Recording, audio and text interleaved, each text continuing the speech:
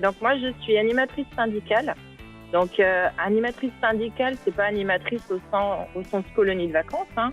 Je suis chargée de mettre en place des stratégies définies avec les élus politiques, d'accompagner des collectifs dans la définition de projets, dans la mise en œuvre.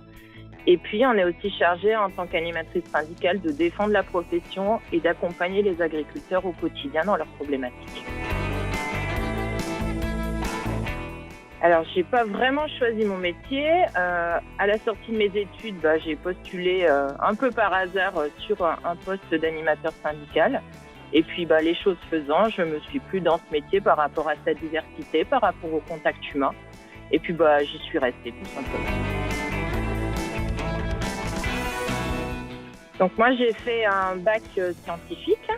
Ensuite, j'ai fait un DUT, donc un bac +2 en agronomie. Donc déjà une tendance vers l'agriculture. Et après, j'ai fait une école d'ingénieur, donc à l'ENITA, donc école d'ingénieur des travaux agricoles à Bordeaux. Donc naturellement, j'avais une formation assez généraliste et après, j'avais le choix, entre guillemets, sur les postes à pourvoir derrière.